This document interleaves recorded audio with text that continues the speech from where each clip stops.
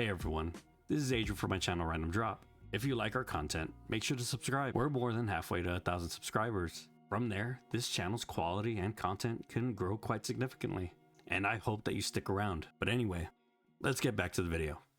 We open at the Hayabusa village. A man named Ishigami from Japan's Ministry of Defense introduces himself to Ryu Hayabusa, the legendary dragon ninja. The old man is accompanied by a young woman. Her name is Mizuki McLeod, Japan Air Self-Defense Force Special Security Unit. Ishigami asks her to brief Ryu on why they've come to visit him. The day before, an unknown group launched a terrorist attack in London, taking over the area of the Prime Minister's residence. Ryu wonders why the government needs his help, but Ishigami clearly states it's he who needs theirs. Mizuki then shows a video of some hostages, with footage of Ryu during the demon statue incident, the terrorists demanding Ryu Hayabusa be handed over. We then cut to the following day, Ryu overlooking the city of London from a vantage point. Mizuki explains that all of the civilians have been evacuated, giving Ryu free rein to fight off the terrorists. She will monitor the situation and guide him to the Prime Minister's location, where the hostages are being held. At the Prime Minister's residence, it seems he's too late, as there are large trails of blood smeared all throughout the home. Ryu follows the trails of blood, leading him to the sight of a man in a red hood murdering the Prime Minister. The man in red says he's been waiting for the ninja and to dispense with the introductions and get straight to the killing. The two have an intense sword fight and Ryu lands a winning blow, but things take a turn when the man in red begins to chant a few words.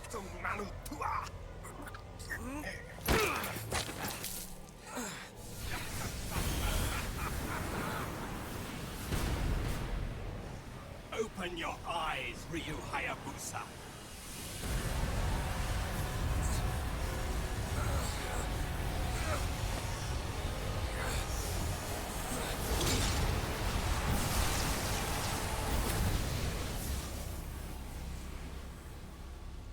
The dragon sword. So, how does it feel to suffer as all of your victims? No. We are both steeped in the blood of our countless victims, my brother. Farewell until we meet again. After the man in red disappears, Mizuki contacts Ryu and warns him a radar's picked up a missile heading his way. While severely weakened by the man in red's curse, Ryu tries to stumble his way out to safety. The missile crashes and explodes nearby. We then cut to a dark room with an old man. He's disappointed the mighty dragon ninja didn't put up more of a show. He then commands someone in the room to begin the next phase, displaying a large tube glowing with a brilliant light. We cut back and Ryu survived the explosion, although he is severely injured. Mizuki's relieved and tells the ninja that they'll pick him up. Back at base, Ryu thanks Mizuki for getting him out of London. She tells him not to worry about it and gives a concerned look after noticing Ryu's now monstrous looking arm. She updates him that all the soldiers left after the building was destroyed, confirming that Ryu was indeed their true objective. Ishigami commands Mizuki to turn on the news.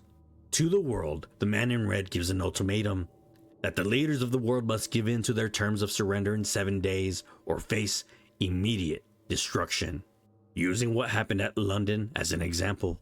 The next day, Mizuki and Ryu track the location of the man in red's transmission to an abandoned city in the Middle East. Mizuki explains the transmission began in the high-rise building in the area. It was then uploaded and distributed through hacked communication systems all around the world. They both wonder who their enemy is, as doing such a thing would require immense wealth and power.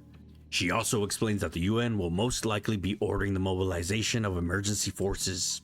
HQ has told her to provide whatever support he needs, so the two of them will be working together a bit longer. After making quick work of a few enemies, Ayane appears.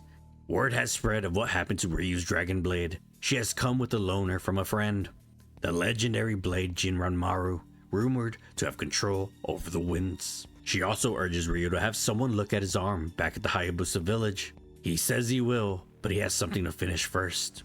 The ninja fights through the city until he reaches the top of the central tower where the transmission originated, and at the top, The man in red awaits his audience.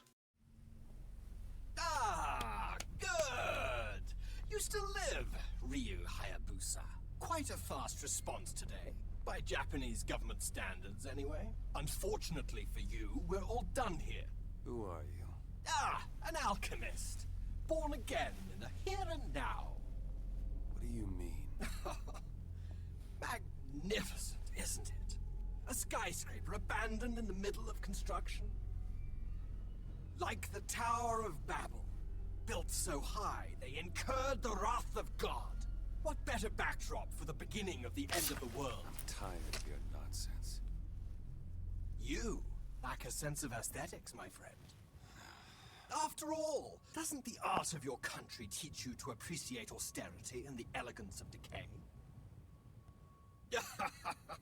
And speaking of decay, how's your arm? It's an old Slavic curse, you know.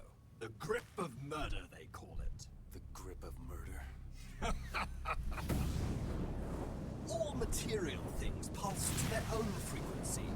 The words of the curse resonated with the blade of your dragon sword, broke down its structure, then melted into your arm, together with all the malice and hate it encapsulated. It was a simple spell to weave.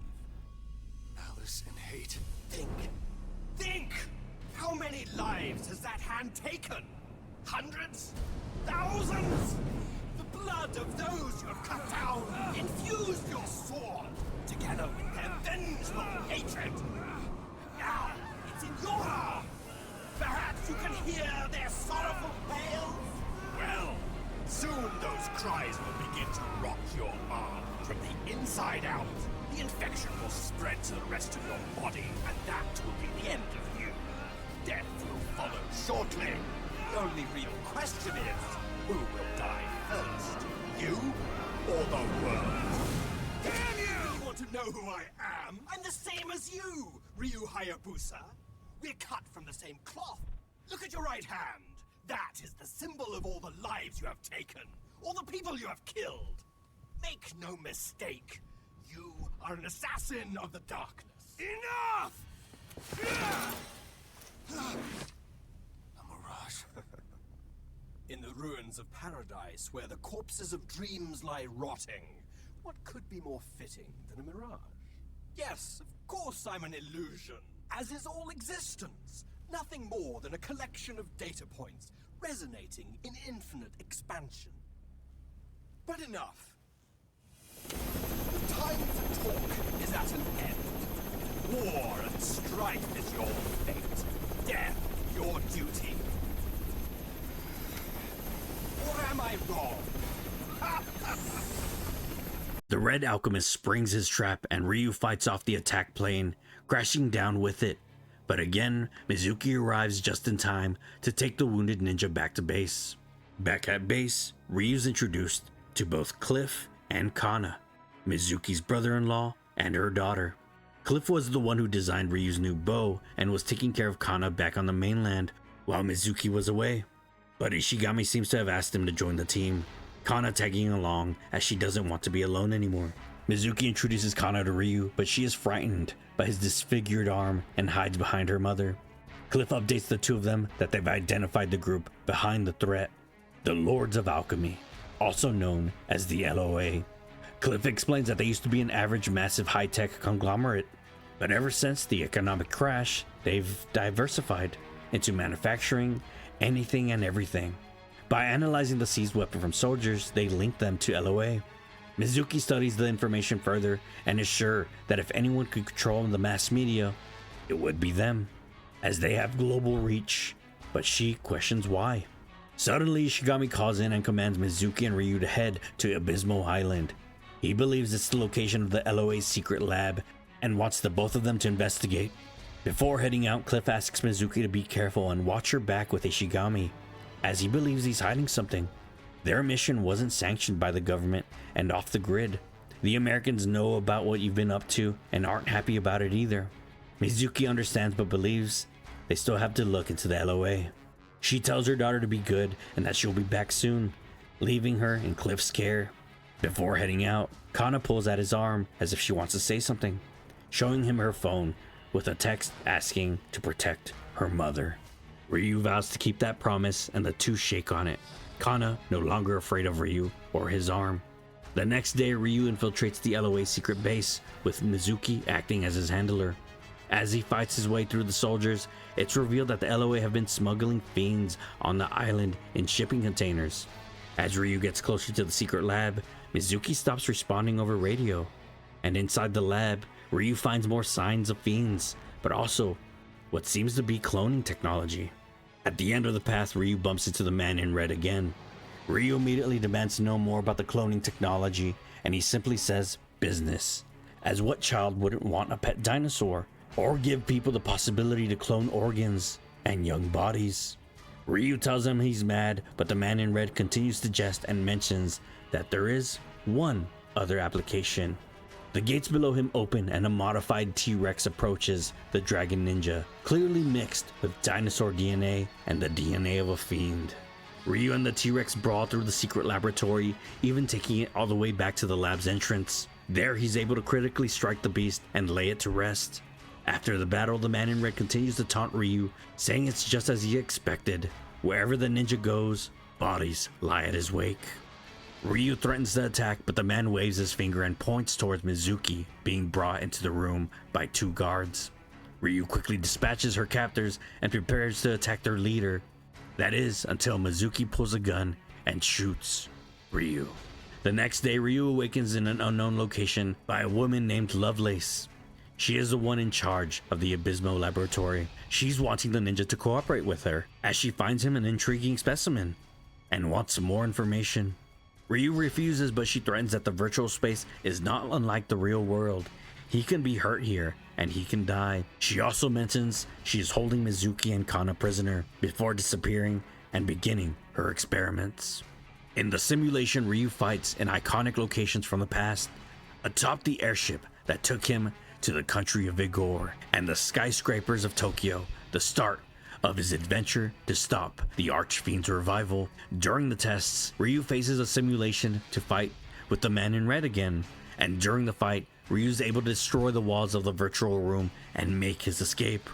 The ninja rushes through the laboratories, fighting off the LOA soldiers and their twisted experiments. Lovelace's chimeras begin to grow extremely violent, attacking the other scientists and LOA members. She summarizes they are reacting to Ryu's dragon lineage blood. Deep inside, Ryu finds a wounded scientist who offers to take him to the floor where Kana's located. Ryu questions why he would help him, and he simply says he has a little girl about her age as well. After helping him, he plans to go back to see her. But he is soon killed by LOA soldiers for betraying them.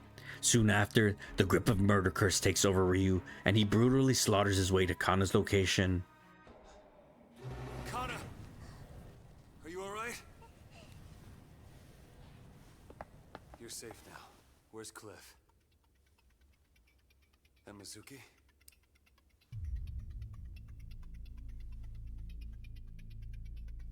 That woman. Let's go find your mother. Kana, listen. Close your eyes. Don't look at anything. Don't listen to anything. You shut everything out.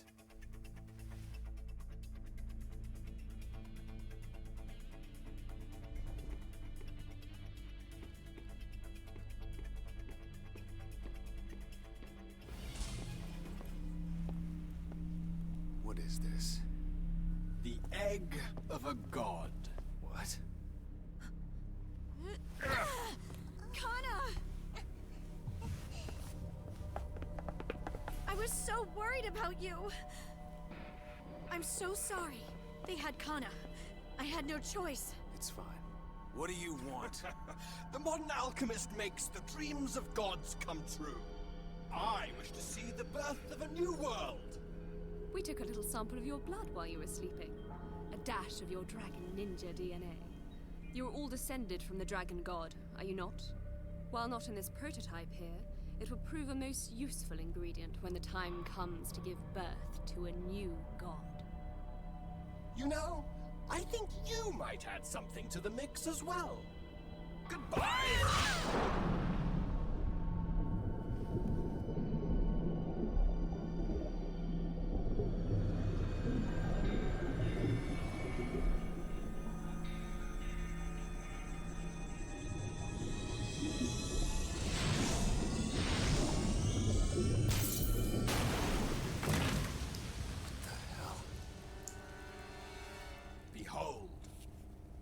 prototype of a god. It is imperfect. Born of a warped heart, it stands before you, incomplete, less than whole. Yet even so, it is far mightier than a mere man! Take Kana. Hayabusa. Go!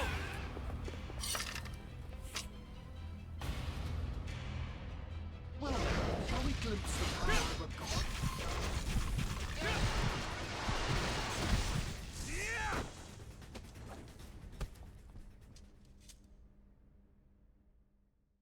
Ryu defeats the prototype god, but the man in red manages to escape.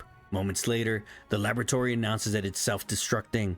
He quickly dashes to Mizuki and Kana, who are waiting for him at the elevator, and make their escape. But at the top, the three of them are taken in by US soldiers. They are taken back to a US naval vessel.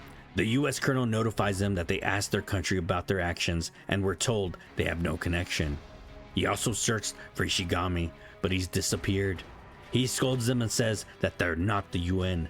Their actions are a direct affront to the sovereignty of other nations, and commands to cease their operations.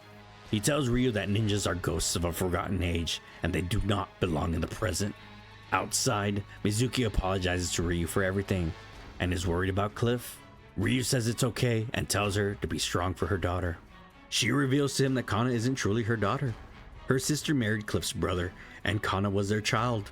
Over a year ago, they died in an accident. The shock caused her inability to talk.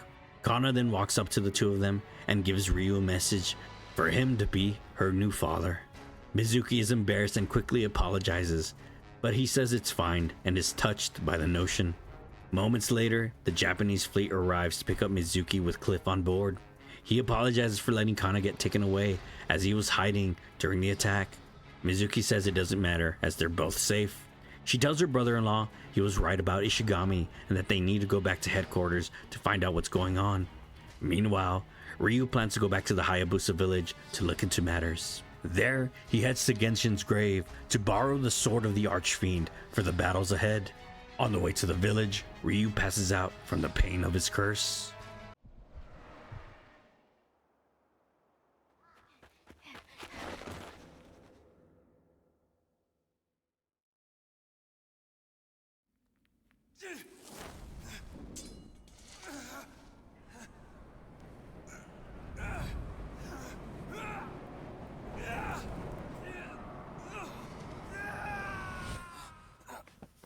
Master Ryu, you must not move.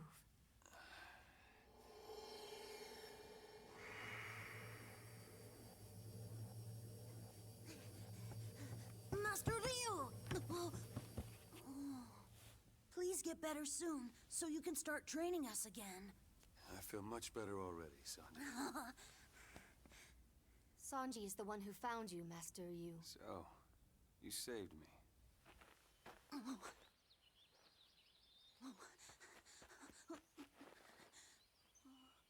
Don't let it go to your head. Sanji! I'll train with you anytime you want. Oh, yes! Master Joe is waiting in the hermitage outside the village. We should go together.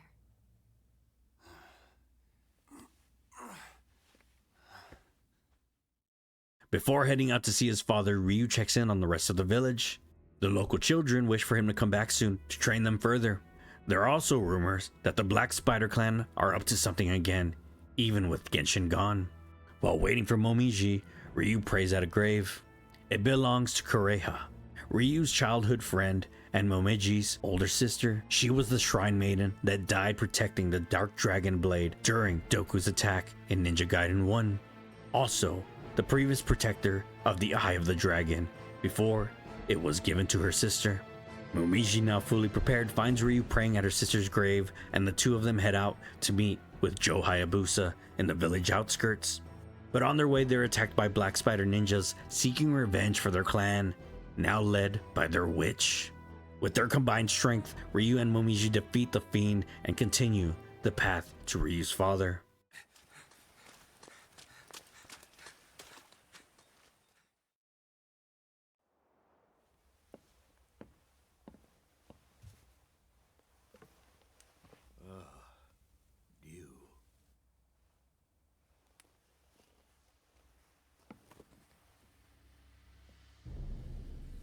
why the curse pulses tells me it has infested your entire body.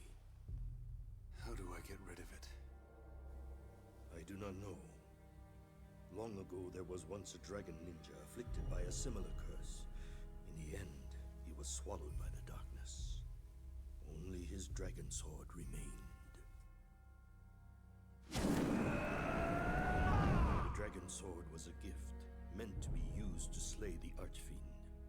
But it became polluted by the souls of its countless victims. The sorcery cast upon you has caused that pollution to fester and be absorbed into your very body. The curse of the dragon sword is the karmic retribution for all the deeds committed by the dragon clan over these countless generations. There are still things I have to do. It's not an easy thing to live in the darkness. But there are times when we must face the darkness and overcome it, or else.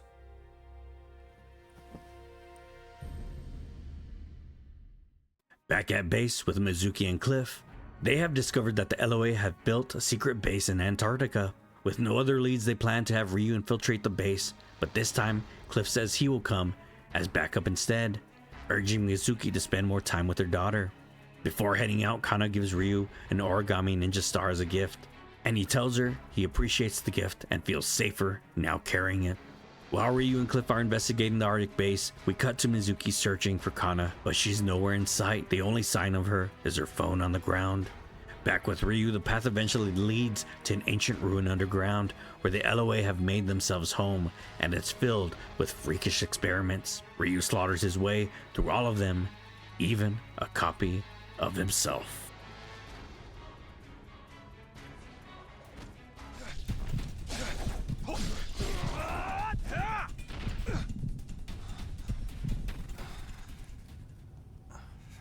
I knew you had it in you, Hayabusa. Not even the ties of blood can stop you from taking a life. Why are you here? Allow me to answer that.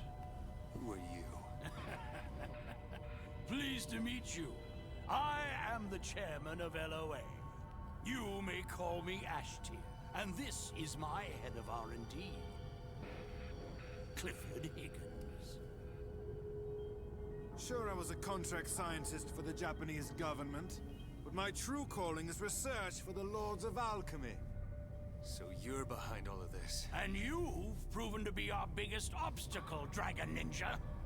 And you were supposed to have died in London, but I stayed our hand when Clifford said he needed a sample of your blood. You should thank me, Hayabusa. I saved your life. For a little while, at least. And thanks to the Dragon Ninja's DNA, we are even closer to creating a perfect being. A magnificent addition to our bloodline. You see, I am Clifford's grandfather, Kana's great-grandfather. She is a very special girl. I need her. What about Mizuki? Is she alive?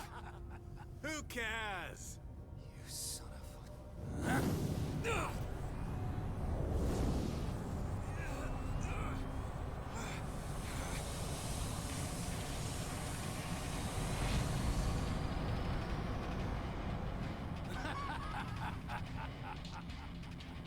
You and your monster brother can kill each other. The death of the Dragon Clan and its outdated ways will mark the birth of a new millennium.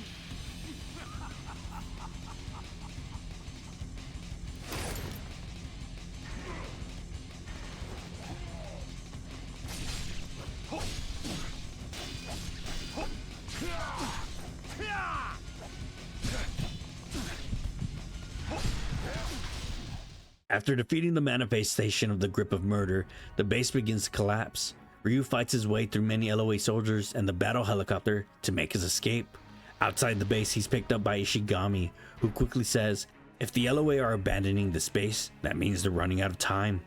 Ishigami explains that Mizuki is alright and working on a plan to save Kana. He admits that he was in the dark as anyone else. It seems LOA supporters infiltrated the higher ranks in their government. He figured there was a connection between Cliff and the LOA, but he wasn't able to prove it in time. He doesn't understand why Cliff would go through all the trouble to bring Kana on this adventure if all he wanted to do was kidnap her. Ishigami theorizes he wanted Ryu and Kana to meet for some reason. Ishigami asks for his help as Mizuki's father was a colleague and good friend of his. He taps his fake leg and says he has debts that cannot be repaid, so it is his duty to protect his family. Their next objective is to infiltrate the Black Narwhal, the main ship of a secret US naval fleet that the LOA have taken over. But its last sighting is too far away for one jet trip. So Ryu concocts a plan to jump between two jets to have himself transported to its location. Ryu's main objective is to find Kana on the Black Narwhal, but Mizuki isn't able to get close enough. Ryu jumps off the plane and lands on the outer perimeter, working his way from ship to ship, slaughtering LOA men and taking out their air defenses. Eventually making it to the top of the Black Narwhal, where Kana's grandfather awaits. For generations, the alchemists study the works of God. Finally, they were able to envision a world as God originally conceived it. But it was too late. Man had strayed too far. In order for them to meet their vision, the world had to be restarted from scratch. Man had to be destroyed, and from the ashes, a new brave world will rise. And Kana is the goddess that will make their dreams come true. Ryu lets the old man have his final words and finishes him off. Moments later, the Black Narwhal begins to submerge back underwater. Ishigami tells him that they will lose communication, and Ryu asks to leave the rest to him and promises to find Kana. He then fights his way through the ship and makes it to the ship's core, where Kana and the man in red await.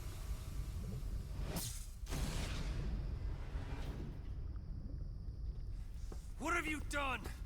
You're late, Mr. Scary Ninja. Let the girl go. This is the final act, Dragon Ninja. You were always fated to end in tragedy.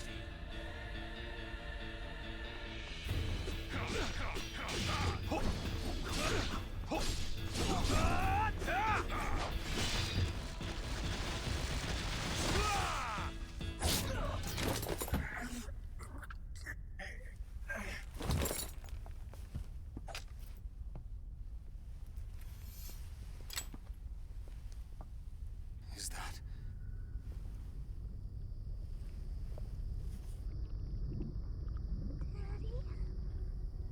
easier? A fine battle, a fine performance. Ah, Theodore, my brother.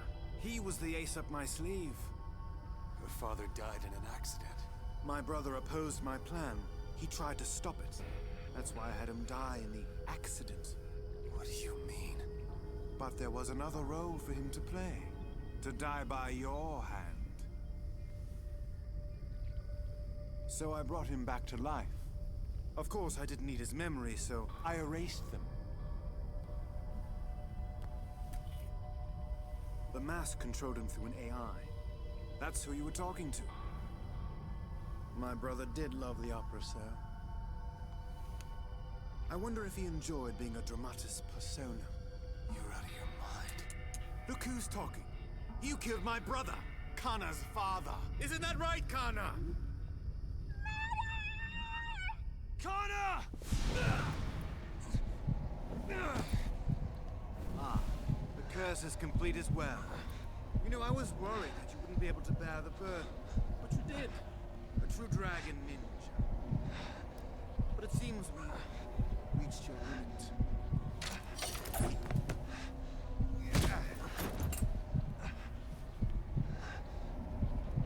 No, it isn't nap time quite yet. Come, ninja. Get up. I said get up!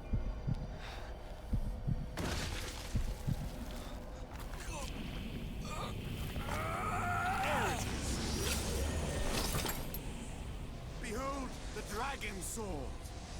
Purified of sin and pollution. Shining with original purity. It is a sword fit for a goddess! Ah! Why did you kill my daddy? You murderer! Kana!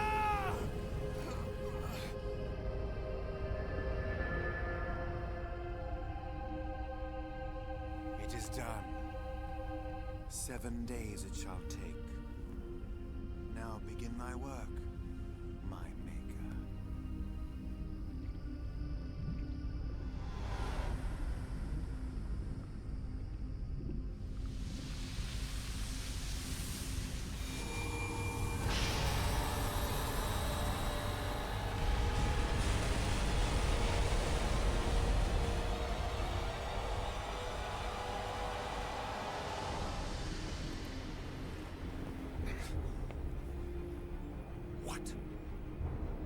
What the hell is that?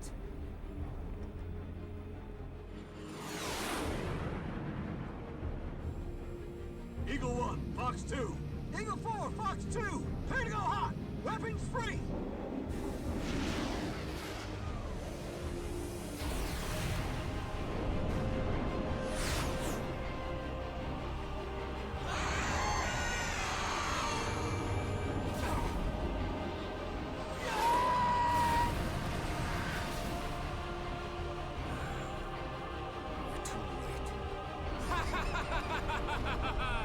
That's it! That's it! You think your pathetic modern weapons can stop her? Go, Kana! Go and create a new world!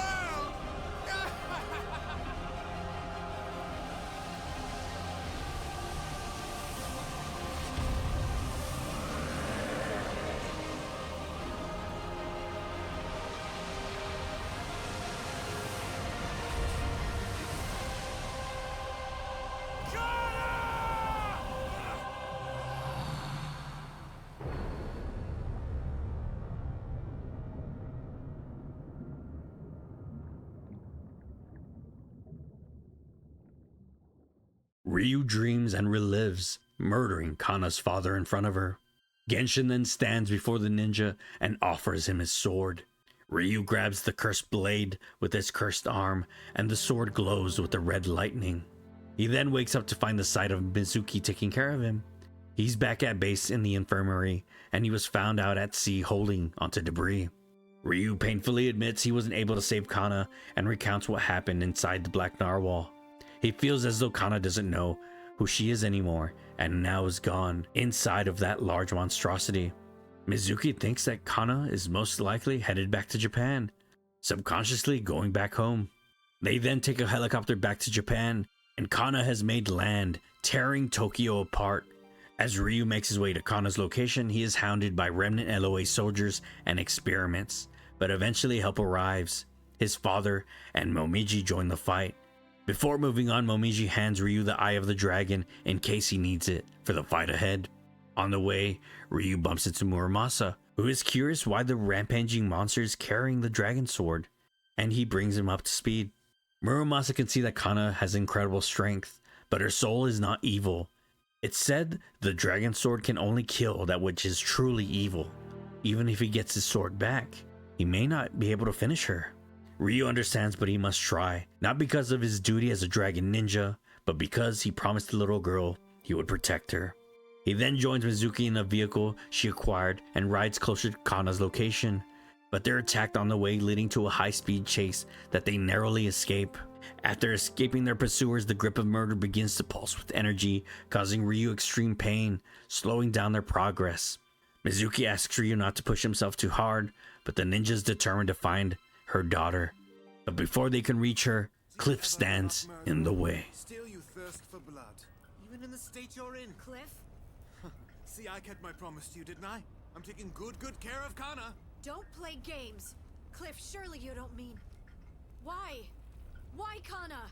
You really had no clue, did you? It was supposed to be your sister, Saya. But then she ran off with my brother.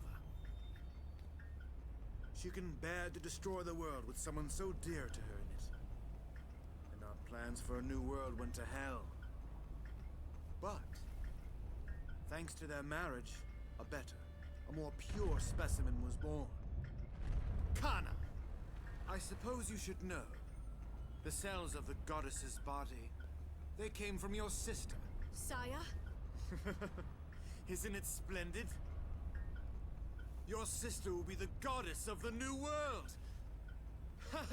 Cliff, you're insane! Oh dear, oh dear. I will be Adam, and she, my Eve. The new Eden will be all ours. And you two will be You will be the one to die. in the state you're in? I'd think not.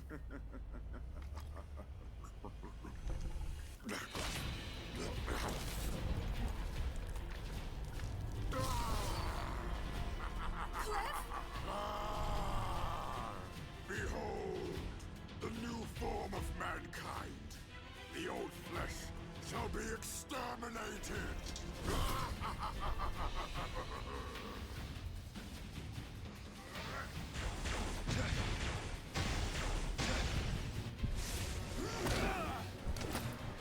Hayabusa!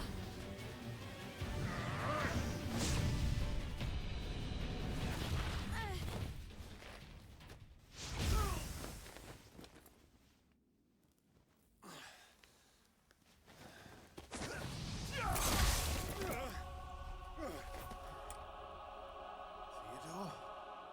Well, Cliff. It's time you returned my daughter. Remember!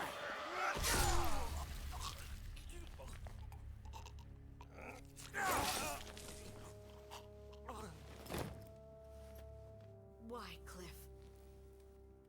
You all like my brother so much. You and Kana and Saya, everyone. I just wanted to bask in that spotlight, to wear that mask and see the world through his eyes. Did you love her? My sister? No.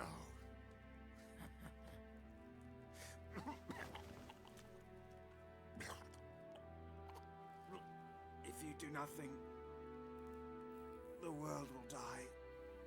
If you kill the goddess, Kana will die. All things come to an end. Goodbye.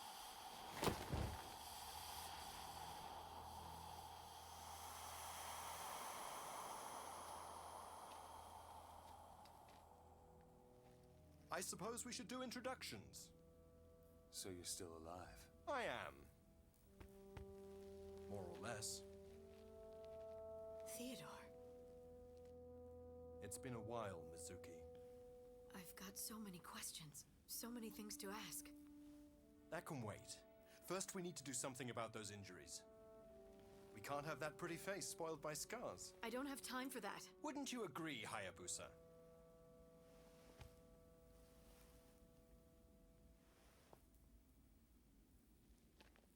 I'll be right back.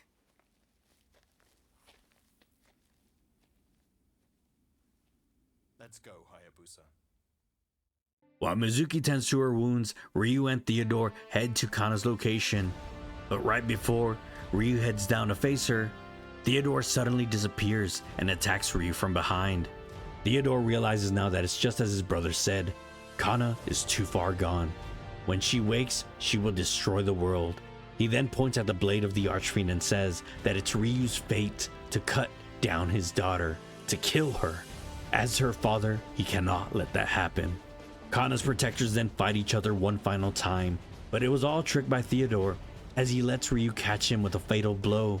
He then begins to chant a spell, absorbing the grip of murder onto himself. As atonement, he cured Ryu of his curse and plans to die with it. But before he dies, he asks him to save his daughter.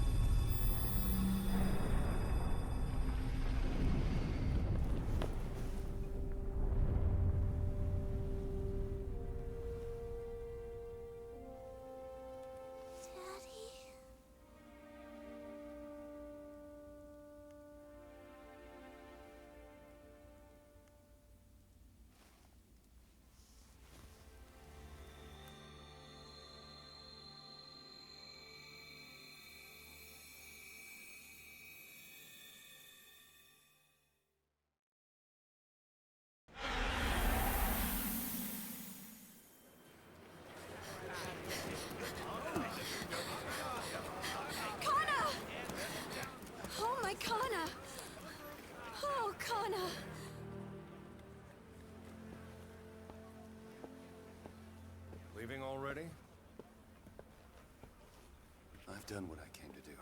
You are not a murderer. You're not exactly a hero either. Guess that's what it means to be a ninja.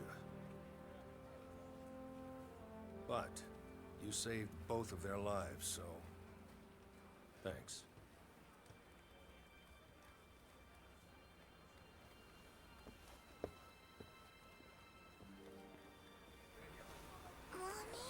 Kana!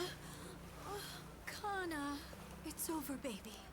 It's all over now. Where's Ryu? I said some bad things to him.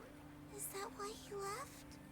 He will always be with you, watching over you. Really? Ryu made a promise, didn't he? He said he'd always protect you. And me too. Forever and ever.